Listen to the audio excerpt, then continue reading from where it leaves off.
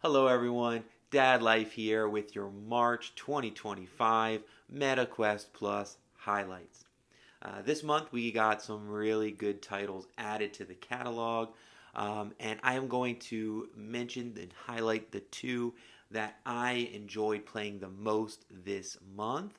But before I get into those two, I always want to make sure I mention the two that are only available for this month, the two new titles. And they're two really good titles. But again, if you want either of these, you have to download them before the end of the month, before the end of March, or they go away. The first of those is called Golf Plus. Golf Plus is a fantastic game that I actually owned before it was added to the catalog here. So I already had this one from when I had my original MetaQuest 2. And it is a great golfing game. This is a must own game for any golfing fan. If you love to play golf, then you should already own this game. So this is a great opportunity to get this game for free. One really cool note with this I wanted to highlight. This is a $29 game normally. So by getting it through your MetaQuest Plus subscription, you are saving yourself 30 bucks on a very high quality game. I would say it captures the game of golf really well. It has a few different modes you can use. Some of them that assist you more than others. But if you're playing it on the highest difficulty, then basically it feels like a true golfing sim. I mean, if you normally are pulling your ball to the right or left or whatever, you're going to be doing the same. I am not much of a golfer in real life. I've played golf a handful of times. I'm not very good at golf, but I still had a good time playing this game. I originally got it because my dad at the time had gotten a MetaQuest 2, and he wanted to play this. He likes golf. And so we had a great time playing it together. It was a lot of fun. And if you are a golfer, don't even hesitate. Download this game right now. If you're not a golfer, I would say this may not be the one for you because it is a real golf sim, basically. It has tons of courses, tons of different clubs. It will keep a golfing fan busy for a very long time. But again, you have to be into golf. I wouldn't say this is one that's going to have mass appeal to people who don't even care about golf. If you want more of a casual golfing game, then play like a walkabout mini golf. Get some mini golf in. This one is for more of the hardcore golfer, but a great game for anyone who has even a little bit of interest in playing golf in real life. The other new game for this month is called The Light Brigade. This is a shooting game where it's kind of like a roguelike shooting game where you're going through and just taking on wave after wave of enemy as you go through the level. And once you die, you start back and see how long you can make your run. Very well done game, very well regarded game. It's a good one. I enjoyed my little bit of time playing it, and I recommend it. It's not my favorite style game. I'm not huge on the roguelike style games generally, but if you like that, this is a great example of it. And again, highlighting the value of MetaQuest Plus subscription, this is a $25 game that you'll be getting for free if you want it. So definitely take advantage of that if this game sounds like it's for you. Now going on to the ones that I am highlighting as my favorites of the month. These are actually two that are in the catalog that carry on month to month. Obviously, they do switch them out from time to time, so no guarantees how long they'll be in the catalog. But these are ones that you shouldn't have to worry about disappearing after March. And they are both really, really good games. They're older games, though. The first one that I wanted to mention was Space Pirate Trainer DX, I think is the full title. This game has been around for quite a while, and it's a very well regarded game, very popular game in its time. I didn't start playing it till about a month ago, and I was like, why haven't I played this sooner? It is a really, really cool arcade style shooting game. You are essentially standing there with two weapons in your hand, and wave after wave of drones are coming at you, and you are taking them out. It is really, really fun, really straightforward, has, that wanting to rank higher on the leaderboard and do better your next time feel. And I really have had a lot of fun with this game. It's also been one that I had a lot of success introducing new players to VR with this game, because you're just standing still and you're looking around shooting.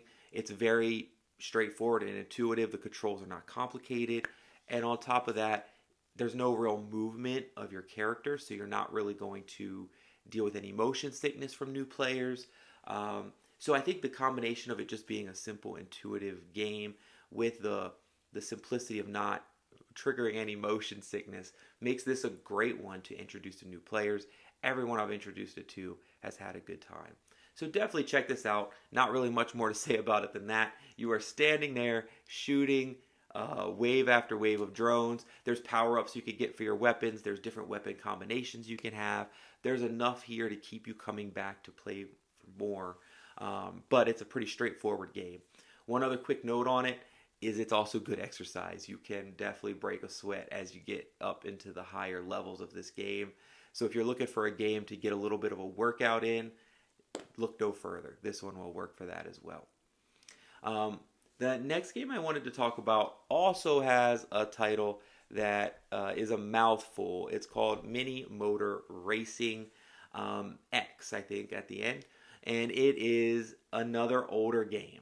And this is one, I don't know what made me actually download it initially. Maybe because I haven't played many racing games in VR. So I was like, I want to, try a racing game.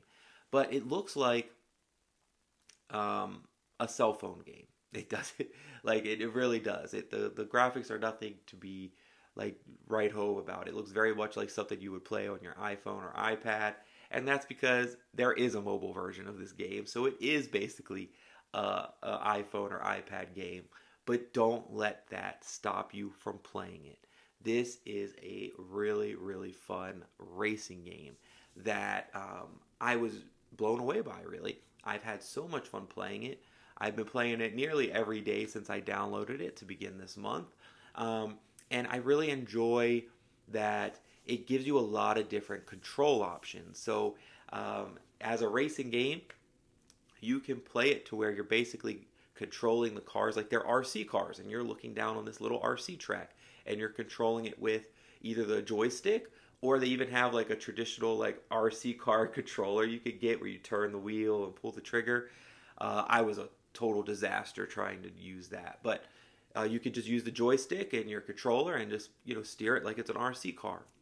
Or you can bring the camera in behind your car and either steer it with the joystick still, or you can use a steering wheel and actually steer the car from behind the car with a steering wheel. Or you can move yourself inside of the car and actually drive the car from the driver's seat with the steering wheel. And then they have some other, tweaks to those different options. But those are kind of the three main options. And I love that because it makes it super, super accessible for different players. I personally like playing with the camera behind the car and I have the steering wheel. But I have a friend who is it gets motion sick easy, and he could play this as looking down at the RC cars, and it would not make him motion sick because he's not actually feeling all of that motion. And if you really want to feel like you're driving a car, you can jump in the driver's seat and drive.